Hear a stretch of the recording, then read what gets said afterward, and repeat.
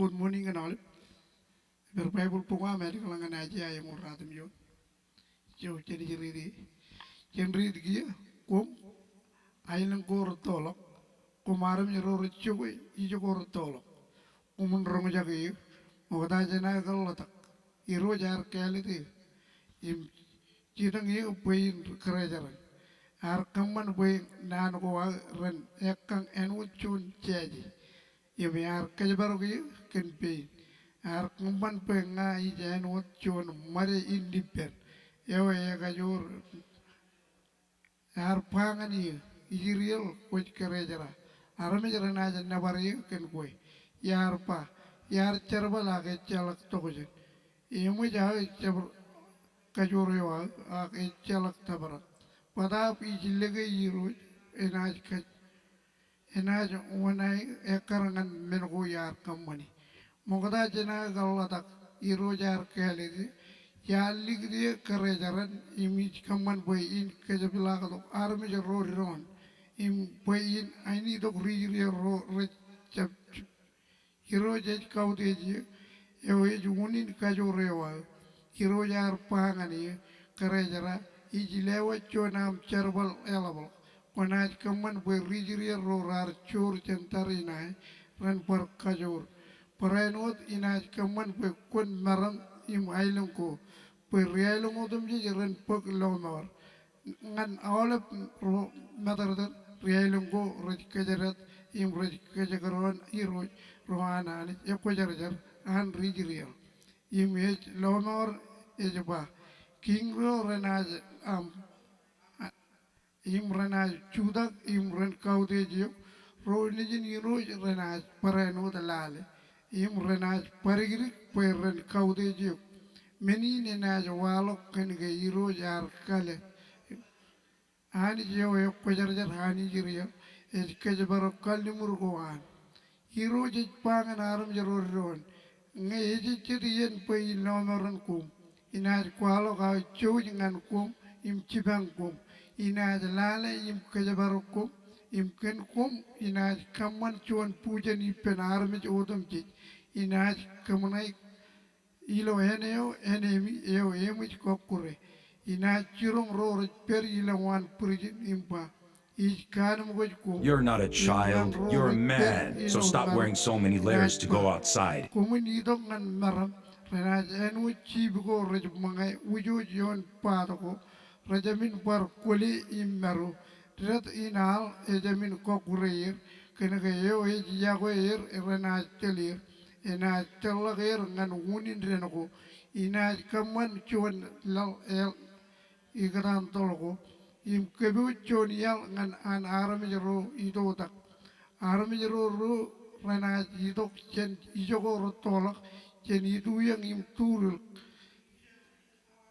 idurage langko komin al lal kwan lama jim langne tolgo ren lama imal hiro jena kam ina tiriamo kage aram jero ron rech ingdan ak churu jelem rejaba iro jar cholak ke emalolak ke innem iro je juwa kumpa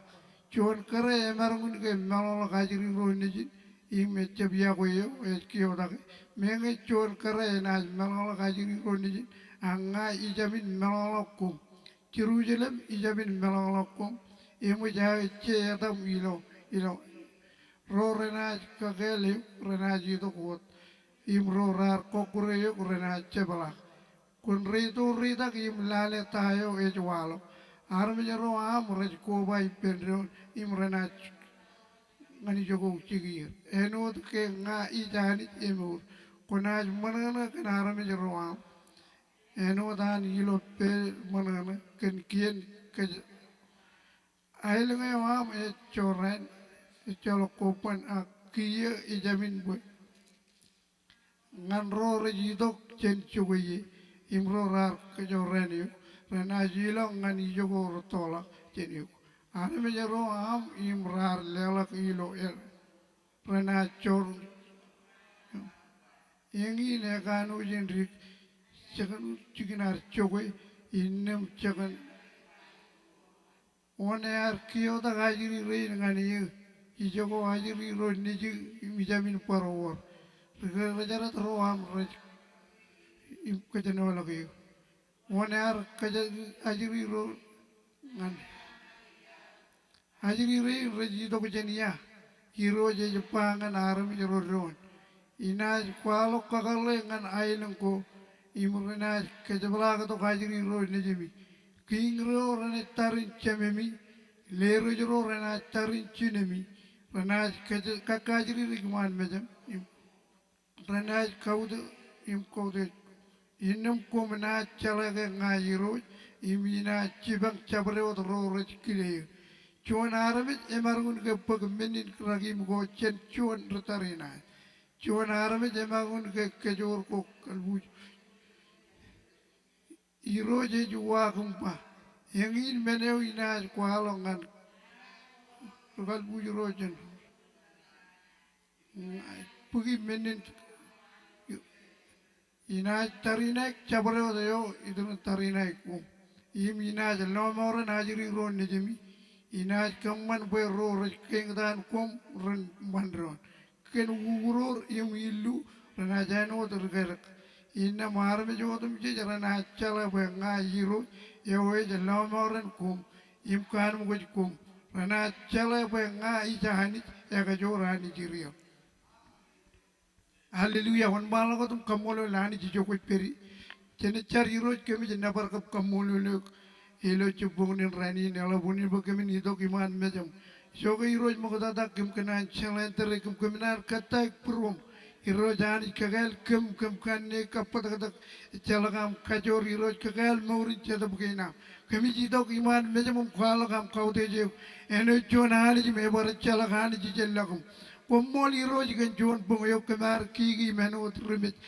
jalak jorenar walongan kemiro jani kemrudok imlok kaman man ginam menin kaman man ginam iro jani komol iro jani kemit kamol lukan proj ginam kemit kamol lukan manga ilo table iro jani komol kan dran ilo wajpo komol kan balim komol kan ajiri ren nijum kap chibum komol kan brother kap chichar komol kan anti kap Uncle family ki naam hero jani alam min jarang man ko im kemi jiloi kem kanan kule pajarak mutata im kule kap kamone le gane chona mani a hero challa kem bakke marmit kemin kaude kap kamone le hero jani ko king ran im hero ji miro jaran e chala gani ji jalla kem kemi ji dok hero jani im kala kap kaude je kemi jila kredat ka bai bojo ngan ko yani kemi nabar kap kau deje kilo cipunin renin iro jani kumol yo kemi kau deje kemi jinna pare ko jara dam chije ko jara dam ko jara ngane kau deje king chije kau deje kemi jinna pare kemi la ude ngane kilo cipunin renin kumol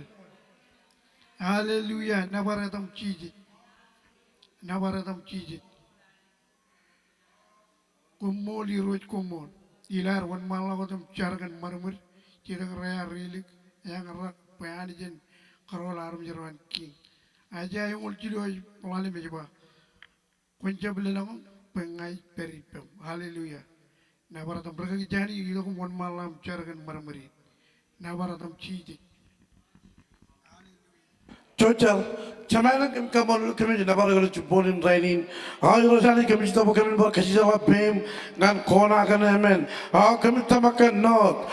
but no kuncinam karala karam jalain. Red belong to King Casey Rose. Kemi chargan alben dain any book chicken in not. Kamar ben nanam any perje jaga not. Kemi chargan rosani kan chilum diga rain. Rain red pelle logre bo kuncinam karala kair. Kami carga amido gino kem jim kata gine gini lo buruam ken anar mi lo not bogon iber to ko kan lamor koni le to kajor belani melale amene jagal bo kemi witness ngan rain gino no duro jani kemi carga no albe ruma rain re jeme kan church pero jani ko jino kana lo buruer barani to kan kacho jo egle jagin lo jani kemi char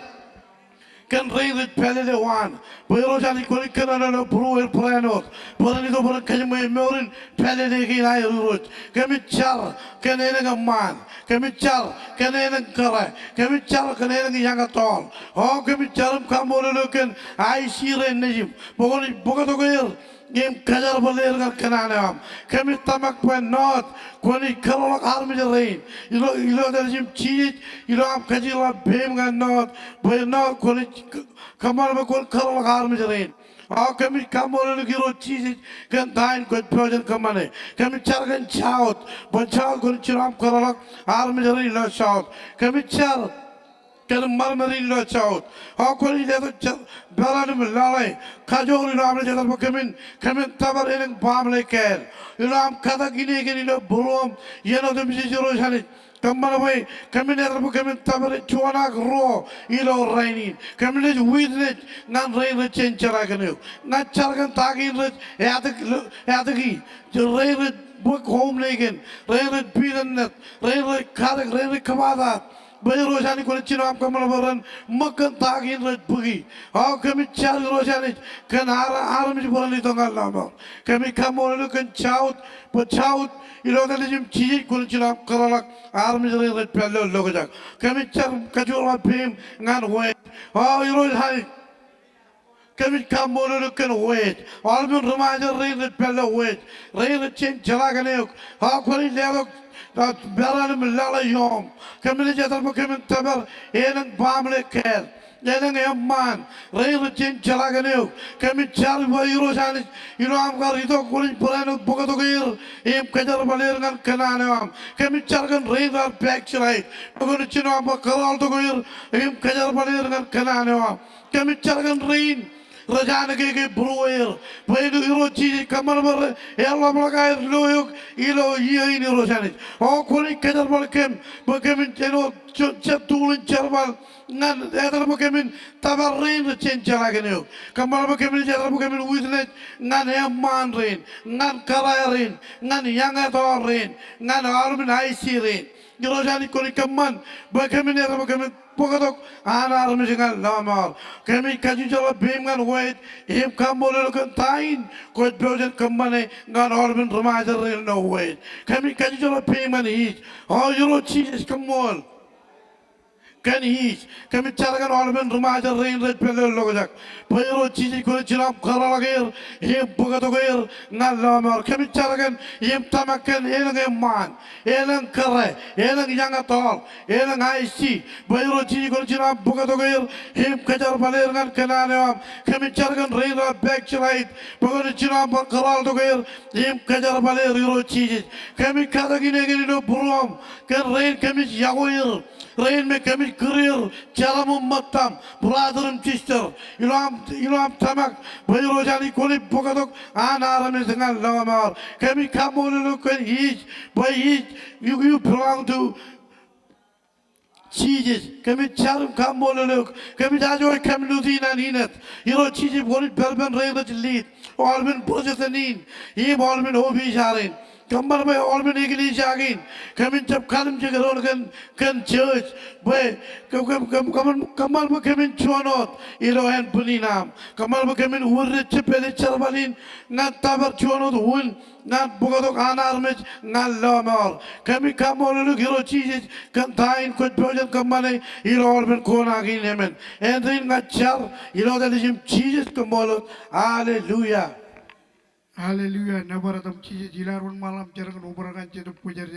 ilo yen kamu mencerbar rojo ni ba. Kece ceranin benti ko ror tema ko tum cerar ko bai pendron ilo chon jigen im emo kaja chona ni gen cellang eno dai gen ko rala pung im ko wara kal ben mayo rechi jiri. Ini muralo chon men eno the logo euro rejwaya ka to im chok yon kajujo yar. Ero tum cerar ubarakan cetu pujar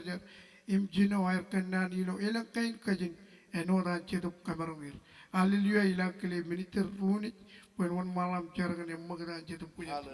haleluya Jadi wan malam kadam jar kami kamu lulu kami jena baru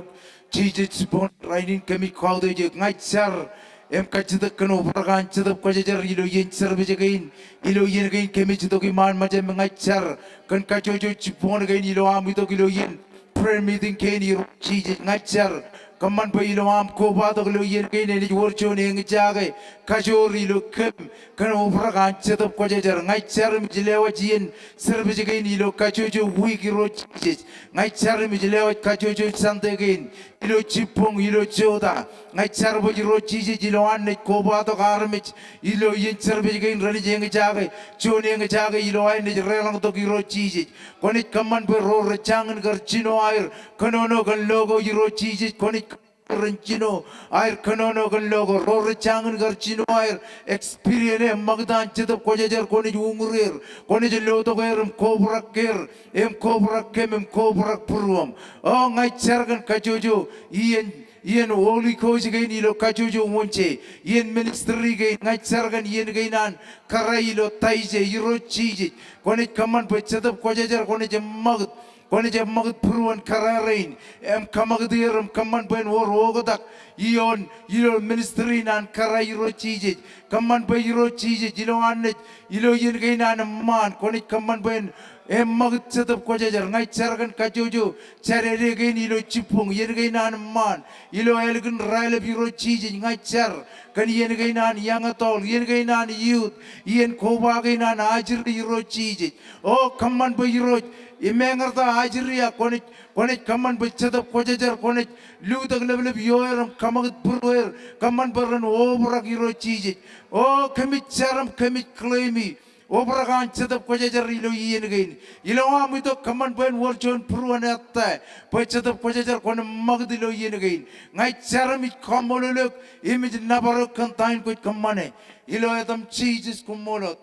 hallelujah hallelujah Nabaradam ciji jilar wan malam caragan paini caragan cilupor million ilo maui cinumul taujin ilo ciprintel paranot evaji cinumul taujin rumul taujin ilo kajuju wi kilo ini caragan rain cemmelele bahani jen leotongani ruangwin ermeni jipaini cencar bahani jen cibang kajuju ilani kile patirin cinerela pen wan malam caragan paine hallelujah mado jongol cijino jongol jone balle dongan kijam raini ekcho do jongol cijino emene ba yimiro yar pangan moje kiye ina kaman be mana eno udala kelang ngan ku modem jijilo kajojo ran army ran riwo jene yum nunu ko im ain pagan ot air manga ilo chon ran ilo wawini ne marangun meli chongir imlala yalang renaje lor nani kiroko haleluya wan malagot iro chijis kami kamololo kum kami jinabaryo ilo chupongon rainin komolagan choji mam yawe komolagan am kagangan kami notam chijilum lo chupongon rainin kami jito kuman meja mom kachida pokon chibang kami ilo finance gainam kami char pokon ikamana ba kachojo pamale en marongan chala tayo ikamane kamana pa en boy menotam chij kami char ilo finance ina ro chizes kone chibangkem ilo alade in ro jalap kap alep pamle go kacho jo ene penganir nganan kamane tagor ne kamane ilo alade in ro chizes keme charam kachida ledongan kem chala log janam ledongan kem melele danganam chala pajede kema manage kemi ro jani oh Jesus kaman bo kemi telije gilo tago ko ledongan kem kami cari lodan nejum Jesus Christ kaman boen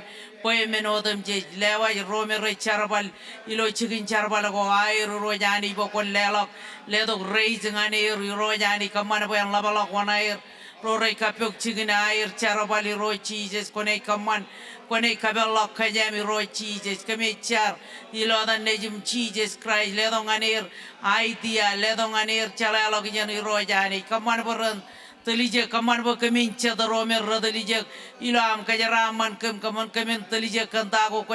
ledongan kaman bo kemin cap kalim jege en wachata maun go rerigro chije ja kemin kalim jege bo koyo ko multiply koyo ko kolok menodem je kami char im kachida ge pampo koncho kaman bo kemin chala tago re mogodada boren mogodada iro chijes kaman bo kon increase increase Lord Jesus ilo kachojo pamale ilo alengin alengkein malog Lord Jesus kemichar kenin kri kaman wen boyangan kem wanayan pilgo am renagain am ilo alengin pejagan berodo Lord Jesus kemichar pokone kaman boy alben pilgo am ilo alengin ren beid of Lord Jesus kaman wen pe ngana alengin lali Lord Jesus kemichar ilo dan nejim Jesus Christ kodak fine jagainan mencarkan ilo kacojo extension ni rojani kemicarkan cilu poing lalim million ilo mawi roy Jesus bayan relang to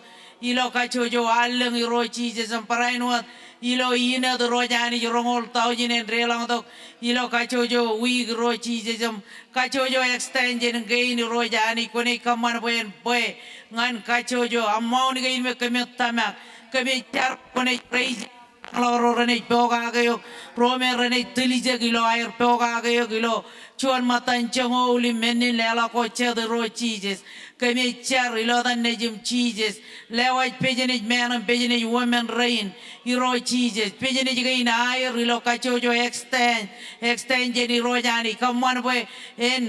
labalok imlangalok air customer iro jani kaman boy en relang to labalok ilo kachojo week kachojo ran kachojo aleng iro jani menga eri iro cheese economy iro jani akaman boy ren prosper ilo dan nejim cheeses cry kami kamololo im kami nabaro kandain koi pojagan kamane ibulijin kachojo pejenej komot hallelujah. Hallelujah. Nabaratam ci jilar ci tukunu perengan penerengan jilar cargan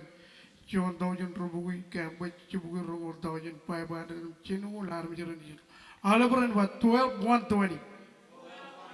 12:120 em pai badan teri ilo caman kanan rongor radin jo jongor radin bayalang celak nanin kadak cen hiro jilo cion cigen inna maram jiro ye raja bayawi Emanana army jawaj kaj baru kian go anani. Hallelujah. Keren ragi mulai jawan malah kau tumcar ken pijeni. Hallelujah. Chene charroi kemi jena baram kamole te kemi juda kum lewat pijeni ni roi tani cilam kalle do purwan perkaki ren cina mam camam kemet tamak roi cici kencon tau jun rubuki cikin ko roi jilam tamak im cono di pero kemi carum lewat jale ben cikin kain kacojo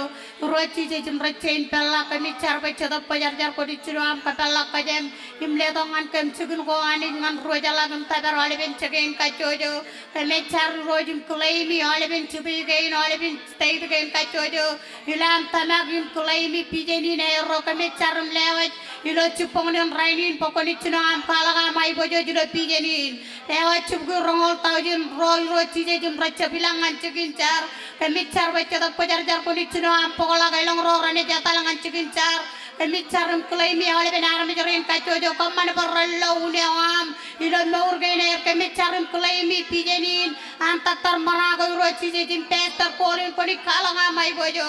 lewat pijenin an remaja komol gantain pale to pruan pester taceni ro cije jim pester peda kami carum lewat 500 pijeni ro cije jilam tabakan oleh ben cubi gain kacojo ro cije jilam majalalan ilo melan ilo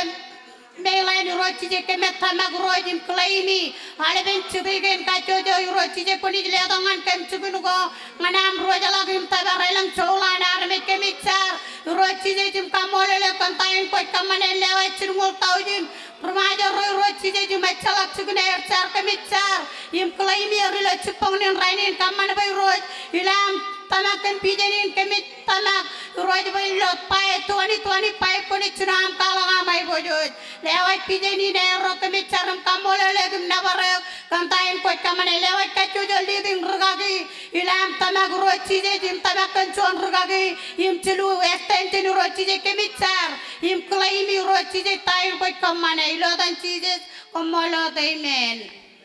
Hallelujah. Ilar un malam cargan penting project cibu rongol jimjon jam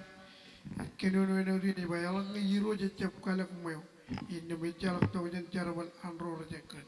Hallelujah. Tingan pedri kita un malam car ken penting project. Nabaradam cije. Hallelujah. Nabaradam kumbuli. Amen. Oh, cici kami car. Kami itu kia Jepun. Hem kamololok. Kami car. Ichar maja waj all of kajojo building project in and King Marshall is Ego building gain ilo Talas and building gain ilo Maui anis. Araganjo. Oh, Gigi Char, Okoni Kagangan Gum project, Koni Ledongan Gum material chaplai, Koni Konono Puruan, landlord, Koni Konono Puruan, Pinny man and Pinny women, Ilam Kajaram Mani Richaram Mangin, Koni Konono Puruer were ranchering and Mucharginan, King Marshall is on it, Char, Okoni Kagangan Gum, Chicken Charanich. Oh, Gigi Char, Cobra can charaman, Cobra can chaplai. Cobra kan material, cobra kan tool. Ejani jin kejaraman.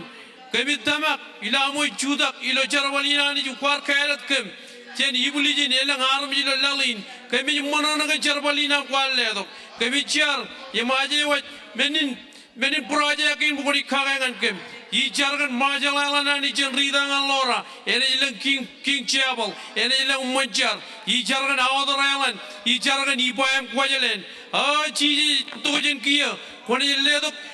the building in Kajudagilo, all of Kajuju State, Yagoba, Majal Island, Yagoba, Other Island, Quajilan, Ipai, ah, Gigi Char, Ilan Army, Dong Lamar, when he go the Murginer,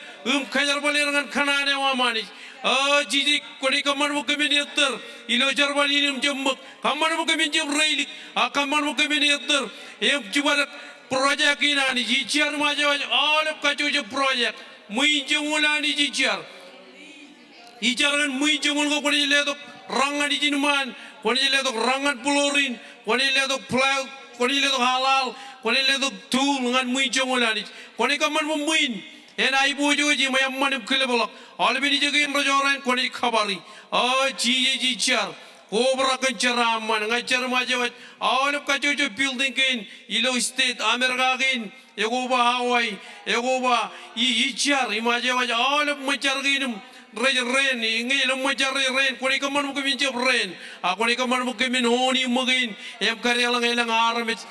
oh jichar imaja all of building in ijaja irgagirin ralap Peter Tan Peter Peda ilo erro lo chicken again rebelable em koni ledok nima bugi chicken em koni ledok chinul 1000 rumayal ilo amal lelak nampain gini relondok chimatanin rumayal ngan King Marshall ijanis yang in meno ke mijiloy ko koni kagangan kem kwar kaman kabulalang iya ko remodalak 3000 iya ko remodalak eni iya gen redi pokchi rani ichar ko koni kagangan kem ichar yang in kemitama building ko ledo purit and ni chari lo dam ji char ma je all ka extension ko periye je ko je ko pel chargin ilo dam ji char hallelujah Hallelujah ilar chiduk duk birangan poiterin jargan aliban ragagiran dalam jargan pastor chat channel maragu pastor chot Jamie Weiner Dr. channel maragu palace team ben up king tap ben up jargan military na remaja jargan ragagiran channel general pastor touching imai kada family em all ragagi rolo extension kajuju jarbayane jen labalagan kajar balir Rom rali dek cinu juli ba wad hena liya galak ro ani jar kali dir ani mege kwal we chalak ro wir ani jana jili gden jorro an peren lale yuk im kaje bar yuk ijago ku ilak ilak haleluya nabaradam chije ilak le tingan winten weni dokum jar kenale ben ragiri nabaradam chije Cuci ram kaya pengen foterin mana ni kami car, yang kami kamal kan factor rain, cina mam cuma mana kami car kan taktor marago family ani, kami car kan hero ani kami car kan kajor, ilo hero cer ni, KC worldwide ani kami car, yang kami kamal kan hero ani, ilo hero pelok Thailand ani kami car, kan stabi na hero ani kami car kami kamal,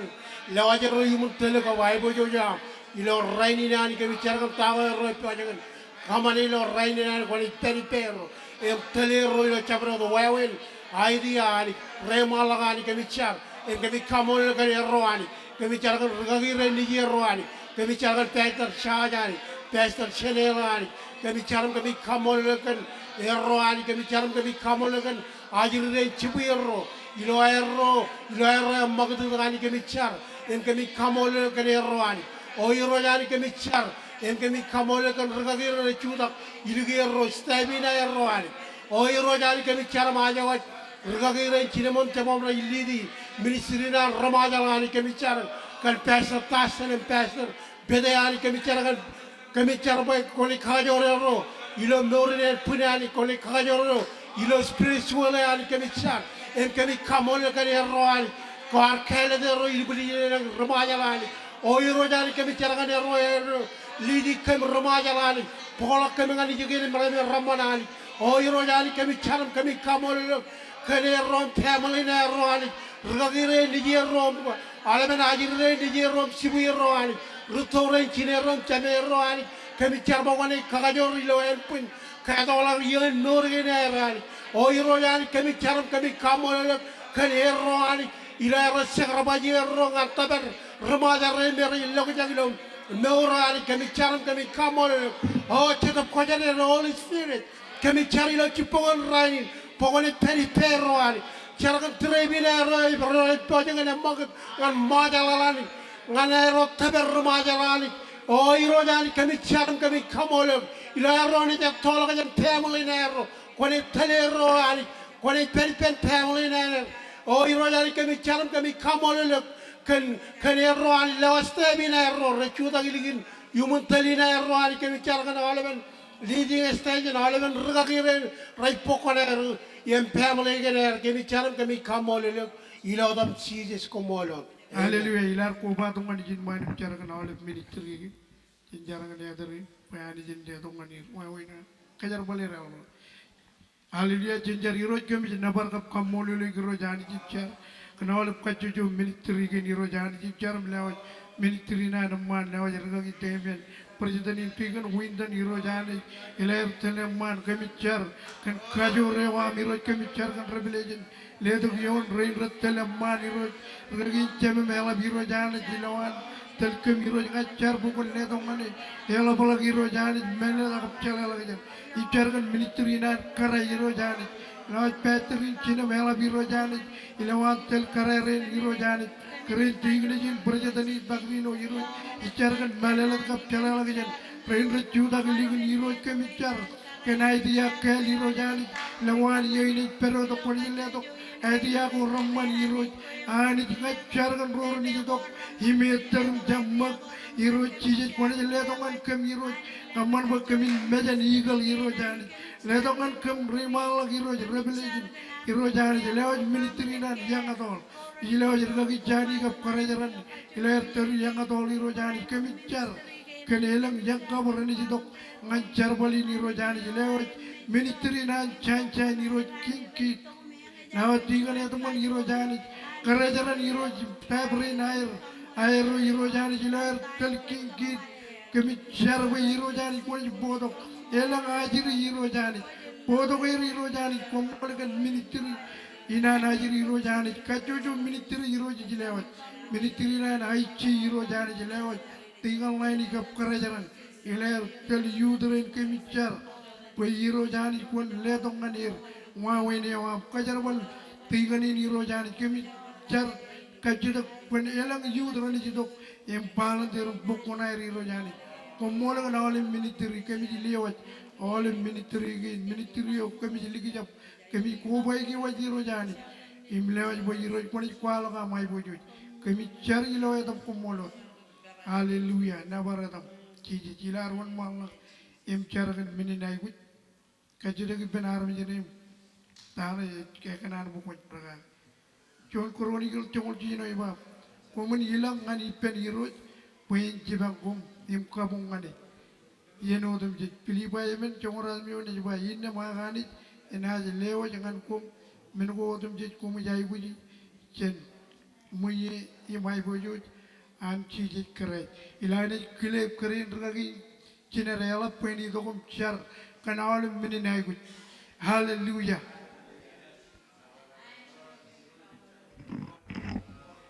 Cari jo koi peri. Iro Jesus kami kamolo kami nabaroyo komol. Komol kan armi rain ilo ai rido giman mejam. Ligo to menotam cheje midok ilo chupong odam cheje barandan pegodan kelam. Yem kachita kan ai guji gainam. milo prueri ro Jesus ko jeloe ay gu jodam je jeme cha ay gu je na tuno ko chab loe kan go ko jani jin meno dam je ko jelo pruor odam je pruor e jalak chonem e jalaga gi ko wodo ro Jesus im ko jeloe ri ko je ga na eram ko rong chen prueri ro jai lair kalok ay gu je ga na air kemi charam kachida gilam penron im kachida gi pemi ro Jesus po koncho im kagangan kem kon mage pailo nan go am po kemen lewa jao le berro dam chi koilo yon airam po koyo etallagum po kon bogangan kemi ro Jesus imiro chipongon rainin koncho chou jim po gole bai gu chen ai gu jo er ngan ai gu jo ela bi ro Jesus kemi char kan rome rei kapok chigina er choi kon kaga rome rei kapok wair wa kon kaga ro Jesus kaman boy balap kachojo pamole renon wai rojani oh Jesus kemechar kan chigin char bala boy belangon ro rei kapok chigina er char bali ro Jesus